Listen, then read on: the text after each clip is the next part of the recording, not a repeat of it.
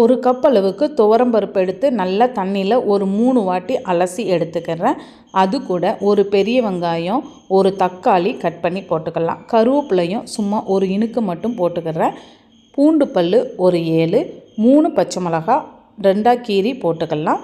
மஞ்சள் தூள், குழம்பு மசாலாத்தூள் 1 ஸ்பூன் அளவுக்கு, தேவையான அளவுக்கு உப்பு போட்டு குக்கரை மூடி ஒரு 3 விசில் விட்டால் போதும். பருப்பு நல்லா வெந்து வந்துடும். அதுக்கு பிறகு நம்ம க்ளீன் பண்ணி வச்சுருந்த சுரைக்காவையும் உள்ளே ஆட் பண்ணி நல்லா கொதிக்க விட்டுக்கலாம். சுரைக்காய் சீக்கிரத்திலே பருப்போடு சேர்ந்து வெந்த பிறகு புளிக்கரைசலை ஆட் பண்ணிவிட்டு சாம்பார் பொடியும் போட்டு தேவைப்பட்டால் உப்பும் போட்டு எல்லாத்தையும் சேர்த்து நல்லா மிக்ஸ் பண்ணி ஒரு 2 நிமிஷம் கொதித்து வந்த பிறகு நம்ம தாளிப்பு ரெடி பண்ண போகிறோம். தாளிப்புக்கு எண்ணெய் விட்டு கடுகு, சின்ன வெங்காயம், வத்தல், கருவேப்பிலை. வத்தல் போட்டு தாளிக்கும் போது சாம்பாருக்கு செம டேஸ்ட்டு கொடுக்குற மாதிரி இருக்கும். இது எல்லாத்தையும் தாளிச்சிட்டு பக்கத்தில் கொதிச்சிட்டு இருக்கிற அந்த சுரைக்காய் பருப்போடு சேர்த்து ஆட் பண்ணி விட்டுற வேண்டியதான்.